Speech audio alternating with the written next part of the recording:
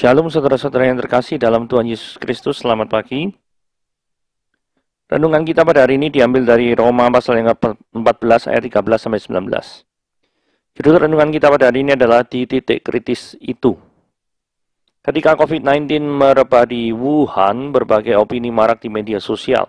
Setiap opini ditanggapi ramai-ramai. Setiap tanggapan ramai-ramai itu ditanggapi lebih ramai lagi, begitu seterusnya. Sehingga yang merebak liar, tak terkendali, tak cuma pandemi, tapi juga infodemi, banjir informasi yang kisruh dan membingungkan. Bencana informasi semacam itu banyak terjadi. Sebagian orang mampu menyikapi dengan tepat, tetapi banyak orang tidak mempunyai bekal untuk itu. Mereka menjadi korban sia-sia atau bahkan tanpa mereka sadari menjadi alat kejahatan. Semua berawal dari titik kritis ketika orang berpikir untuk berbagi informasi. Teks, gambar, suara, foto, video, dan kombinasinya. Alkitab berpesan, jangan kita membuat saudara seiman kita jatuh atau tersandung. Marilah kita mengejar apa yang mendatangkan damai sejahtera dan yang berguna untuk saling membangun. Pesan itu sangat relevan dengan persoalan kita. Tuhan memberi kita 3 tugas yang sangat penting. Menjaga sesama, mengupayakan damai sejahtera, dan saling membangun. Maka di titik kritis itu, ketika kita ingin berbagi informasi, kita perlu serius menimbang. Apakah dengan berbagi itu kita menjaga sesama, mendatangkan damai sejahtera, atau membangun yang baik, atau justru sebaliknya? Jika ada satu saja jawaban tidak, rencana berbagi informasi itu harus dihentikan. Kesungguhan kita untuk serius berupaya menghindarkan sesama dari cakar jahat infodemi adalah wujud konkret kepedulian kita kepada mereka, dan demikianlah cinta seharusnya. Dalam segala hal, kita harus senantiasa menjaga sesama, mengusahakan damai sejahtera, dan saling membangun. Oke, mari kita bahas mempersoalkan hal yang kurang penting sehingga kehilangan esensi dari melayani Tuhan. Kita baca ayatnya dalam Roma 14 ayat 13 sampai yang ke-19. Karena itu janganlah kita saling menghakimi lagi, tetapi lebih baik kamu menganut pandangan ini. Jangan kita membuat saudara kita jatuh atau tersandung. Aku tahu dan yakin dalam Tuhan Yesus bahwa tidak ada sesuatu yang najis dari dirinya sendiri. Hanya bagi orang yang beranggapan bahwa sesuatu adalah najis, bagi orang itulah sesuatu itu najis. Sebab jika engkau menyakiti hati saudaramu oleh karena sesuatu yang engkau makan, maka engkau tidak hidup lagi menurut tuntutan kasih. Janganlah engkau membinasakan saudaramu oleh karena makananmu, karena Kristus telah mati untuk dia. Apa yang baik yang kamu miliki, janganlah kamu biarkan difitnah. Sebab kerajaan Allah bukanlah soal makanan dan minuman, tapi soal kebenaran, damai sejahtera dan sukacita oleh Roh Kudus. Karena barang siapa melayani Kristus dengan cara ini, dia berkenan kepada Allah dan dihormati oleh manusia. Sebab itu marilah kita mengejar apa yang mendatangkan damai sejahtera dan yang berguna untuk saling membangun. Oke, latar belakang perikop ini. Ayat 13 dikatakan ya, karena itu janganlah kita saling menghakimi lagi. Jangan kita membuat saudara kita jatuh atau tersandung. Sebenarnya perikop ini latar belakangnya apa? Nah, langsung saja dijawab, perikop ini berbicara tentang makanan. Hot topiknya itu tentang makanan. Ini kan kita bahas Roma pasal 14 ayat 13 ya. Mari kita membaca Roma 14 ayat 2 dan 3, yaitu ayat yang sebelumnya. Dikatakan gini, yang seorang yakin bahwa dia boleh makan segala jenis makanan. Tetapi yang lemah imannya, perhatikan baik-baik ya, yang lemah imannya hanya makan sayur-sayuran saja. Siapa yang makan, janganlah menghina orang yang tidak makan. Dan siapa yang tidak makan, janganlah menghakimi orang yang makan. Sebab Allah telah menerima orang itu. Mari kita bahas konteks setelahnya, yaitu Roma 14 ayat 20 dan 21. Janganlah engkau merusakkan pekerjaan Allah oleh karena makanan. Segala sesuatu adalah suci, tapi celakalah orang jika oleh makanannya orang lain tersandung. Baiklah engkau jangan makan daging atau minum anggur, atau segala sesuatu yang menjadi batu sandungan untuk saudaramu. Nah, terus bicara makanan ini. Makanan najis. Jadi ini ceritanya mempermasalahkan hal yang sepele, tetapi hal tersebut bisa mengganggu keharmonisan antar jemaat yang memiliki latar belakang budaya yang berbeda-beda. Bagi orang Kristen dengan latar belakang keyahudian, atau latar belakang orang Yahudi, yang kuat, maka mereka masih menganut pandangan makanan haram dan makanan halal. Orang Kristen dari latar belakang Yunani tidak memiliki latar belakang untuk pandangan terhadap makanan tertentu. Sehingga di ayat 14 dikatakan, aku tahu dan yakin dalam Tuhan Yesus bahwa tidak ada suatu yang najis dari dirinya sendiri. Jadi misalnya ada binatang A, B, C, D, E gitu ya. Tidak ada dalam dirinya sendiri, dilahirkan, itu spesialis binatang B itu najis. Tidak ada. Ya. Jadi, hanya bagi orang yang beranggapan bahwa sesuatu itu najis, bagi orang itulah, ingat ya, bagi orang itulah najis. Tapi terhadap dari dirinya sendiri, belum tentu binatang tersebut adalah najis. Jadi kenajisan tidak timbul dari jenis makanan apa yang dimakan. Gitu ya. Saudara perhatikan ini baik-baik. Apa yang Yesus katakan, ajarkan di Markus 7 ini terang benderang ya. Saya bacakan ya. Lalu Yesus memanggil lagi orang banyak dan berkata kepada mereka, kamu semua dengarkanlah kepadaku dan camkanlah. Apapun, ini prinsip baik-baik, ini mesti diingat ya, Markus 7 ayat 15 ya. Apapun yang dari luar yang masuk ke dalam seseorang, tidak dapat menajiskannya. Tetapi apa yang keluar dari seseorang, itulah yang menajiskan. Yang keluar dari seseorang, itulah yang menajiskannya. Lanjut ya.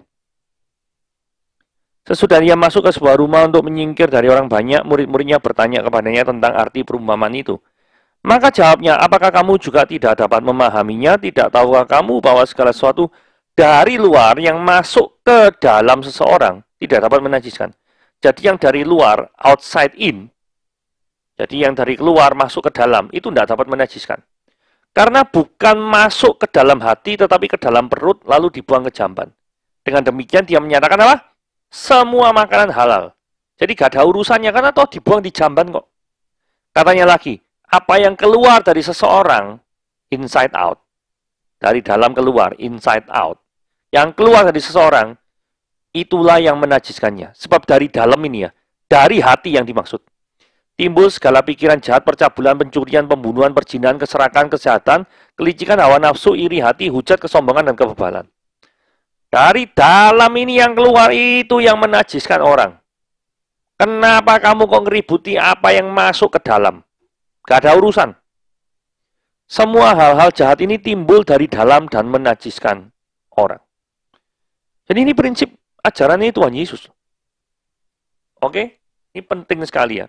Tidak usah ditafsirkan macam-macam. Pokoknya Markus 7 sudah jawabannya. Nah sekarang kembali ke kitab Roma. Roma 14 ayat 15. So jika engkau menyakiti hati saudaramu oleh karena sesuatu yang kau makan, maka engkau tidak lagi hidup menurut tuntutan kasih. Janganlah kamu membinasakan saudaramu oleh karena makananmu, karena Kristus telah mati untuk dia. Tapi bukan berarti masalah makanan ini masalah yang nggak penting, yang nggak perlu diperhatikan. Saudara, prinsipnya begini ya. Kerajaan Allah itu menempati prioritas yang paling utama. Lebih tinggi dari semua kepentingan yang ada, termasuk urusan makan. Sehingga jikalau ada orang yang memang mencintai Kristus, tetapi note di sini ya, perlu dicatat catatannya lah, yang masih lemah imannya. Bahkan lebih baik, maka lebih baik orang yang lebih dewasa imannya tidak makan makanan yang menjadi batu sandungan bagi orang yang lemah imannya. Saudara perhatikan Roma 14 ayat 20-21. Ini aturannya apa yang sudah saya katakan barusan. Janganlah kamu merusakkan pekerjaan Allah oleh karena makanan. Karena pekerjaan Allah itu kan lebih penting dari makanan toh. Segala sesuatu adalah suci. Tetapi celakalah orang jika oleh makanannya orang lain tersandung. Orang yang lemah imannya tadi itu. Baiklah engkau jangan makan daging atau minum anggur atau sesuatu yang menjadi batu sandungan untuk saudaramu. Nah, kenapa kok yang dibahas daging sama anggur ya? Karena gini ya. Roma 14 ayat 21. Baiklah engkau jangan makan daging atau minum anggur atau sesuatu yang menjadi batu sandungan bagi saudaramu. Ada aliran yang berpendapat original design makanan yang diizinkan oleh Allah adalah vegetarian. Nah, pemikiran ini diambil dari Kejadian pasal yang 1 ayat 29. Berfirmanlah Allah, lihatlah aku memberikan kepadamu segala tumbuh-tumbuhan yang berbiji di seluruh bumi dan segala pohon-pohonan yang berbuah biji, itulah yang jadi makananmu. Jadi artinya tumbuh-tumbuhannya. Tetapi setelah kejadian pada air bah, Kejadian pasal yang ke-9, maka ada perubahan aturan tentang makanan. yang disampaikan oleh Tuhan sendiri. Segala yang bergerak, yang hidup, yang menjadi makananmu, aku telah memberikan semuanya itu kepadamu, seperti juga tumbuh-tumbuhan hijau. Di Kejadian pasal yang 9 ayat 3 dan keempat, hanya daging yang masih ada nyawanya, yakni darahnya, janganlah kamu makan. Daging yang tidak boleh dimakan, yaitu yang masih ada darah-darah tok. Nah, itu sebabnya kenapa kok makan daging, itu jadi perdebatan polemik. Kemudian minum anggur. Minum anggur juga jadi perdebatan karena efek yang ditimbulkan bisa memabukkan. Jadi ada beberapa orang Kristen tertentu yang memang tidak mau minum anggur, gitu ya. Oke, nah yang perlu kita perhatikan sebenarnya adalah fokus terhadap kerajaan Allah. Apa yang baik yang kamu miliki, janganlah kamu biarkan difitnah. Jika kita sudah memiliki pengenalan yang benar di hadapan Tuhan, jangan sampai sesuatu yang baik itu, yaitu pengenalan yang benar tadi itu, dihancurkan gara-gara masalah makanan. Sesungguhnya orang itu bisa dapat berkat firman Tuhan lebih banyak lagi, tapi hanya karena mereka, misalkan, kok kamu makan babi? Kok kamu makan babi hutan, misalkan, atau makan apapun. Dan itu menjadi halangan bagi orang-orang tertentu, orang Yahudi tertentu, itu untuk mengenal kekristenan lebih dalam. Nah, jadi ada 3 poin penting yang disorot Paulus tentang kebenarannya. Yaitu tentang kebenaran, damai sejahtera, dan sukacita oleh Roh Kudus. Ayat 17 ngomong ini ya. Sebab kerajaan Allah bukanlah soal makanan dan minuman. Ada yang lebih penting dari itu. Apa sih yang lebih penting dari itu? Adalah 1 kebenaran, yang kedua damai sejahtera, yang ketiga adalah sukacita oleh Roh Kudus. Jadi hendaklah pikiran kita itu difokuskan pada 3 area ini, bukan kepada makanan gitu loh. Nah, cara pelayanan yang diperkenan di hadapan Tuhan. Barang siapa melayani Kristus dengan cara ini, ia berkenan kepada Allah dan dihormati oleh manusia. Cara ini itu maksudnya cara sing bagaimana?